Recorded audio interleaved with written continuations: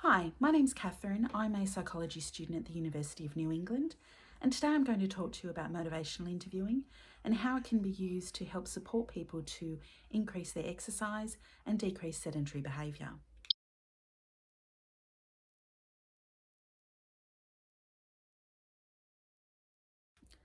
So, what is motivational interviewing? Well, motivational interviewing is a person centered approach focused on developing a collaborative partnership between therapist and client and to support their behavioural change.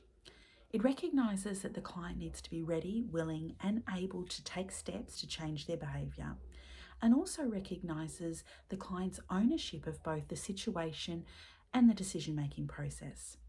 For someone who's leading a more sedentary lifestyle, authoritative or directive approaches have been found to have little to no motivational effect. As a result, a different approach is needed.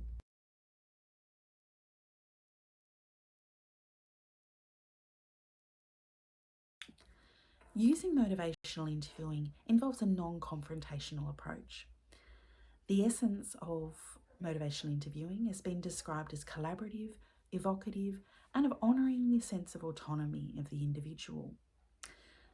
As a collaboration, then, the therapist really acts as facilitator who recognises that the individual is the expert in both themselves and their situation, and that their contribution is essential to any lasting change. Exploring the individual's feelings about their lifestyle is important, and which can then be used to help evoke reasons and desires for change. So, for example, discussing with the individual what prompted them to have this conversation with you today. Was it their health, their relationships, their body image? Understanding this is vital to support the behavioural change and also ensures a more personalised approach. Finally, regularly reinforcing ownership is key to motivational interviewing.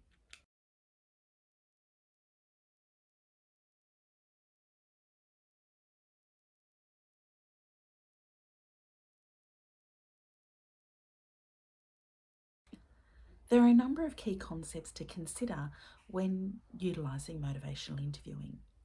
The first is to resist the urge to write the client. While something may seem clear or obvious to one person, it may not be so to someone else. Ensuring the individual is supported rather than corrected is key here. The second one is to understand the individual's motivation. Asking questions and listening to their responses is important here. What worries the individual about their lifestyle?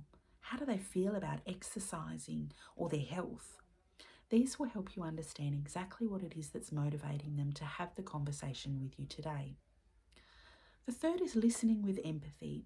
You can do that by acknowledging the individual's feelings or concerns, including their fears. And finally, empowering the client to make their own choices. One size doesn't fit all when it comes to exercise and lifestyle, so finding something that suits the individual is key. It'll also ensure that a long lasting change is made.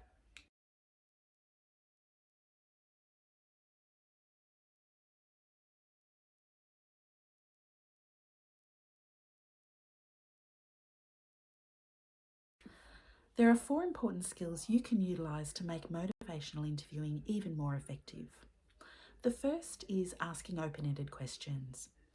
This means that you're generating conversation and you're inviting the individual to share more of their thoughts and feelings about exercise or their lifestyle with you.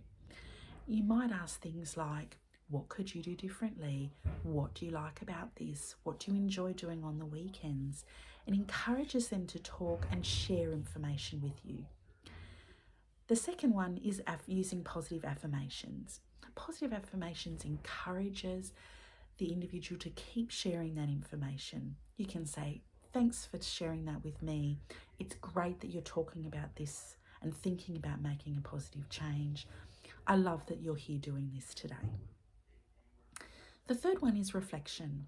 So this demonstrates that you've heard what the individual is telling you and that you've understood the information they're sharing.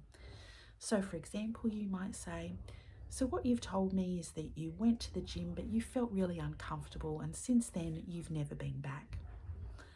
And then finally, summarising. So, at each key point in the conversation, reflect back on what's been discussed and confirm everybody's in the same page. So you might say, so let me go back and just confirm what we've discussed and what we're agreeing to here.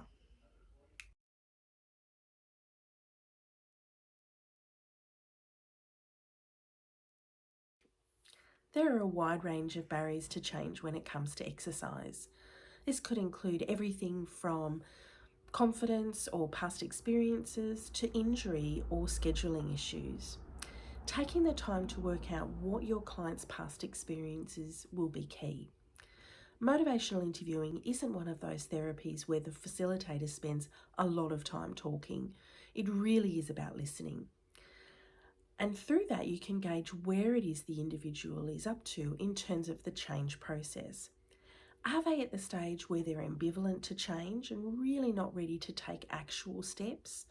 Or are they ready and looking to make a plan for the future? This can be explored by asking questions and exploring the disadvantages of maintaining the status quo, as well as the advantages of change. A client's optimism about their ability to change is also important, and it can be worked on by building up their sense of autonomy as well as competence. So, asking questions like, what worries you about your lack of exercise at the moment?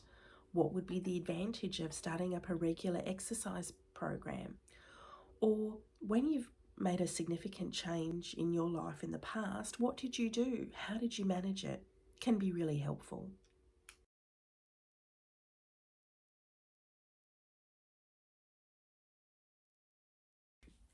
Motivational interviewing draws on a range of well established psychological theories, identifying the importance of a sense of autonomy in making behavioural change. This includes theories such as self determination and basic psychological needs theory. Making a lifestyle change can be challenging, so ensuring a collaborative approach will ensure that the individual has the support and understanding to make a lasting change for themselves. Thanks for listening.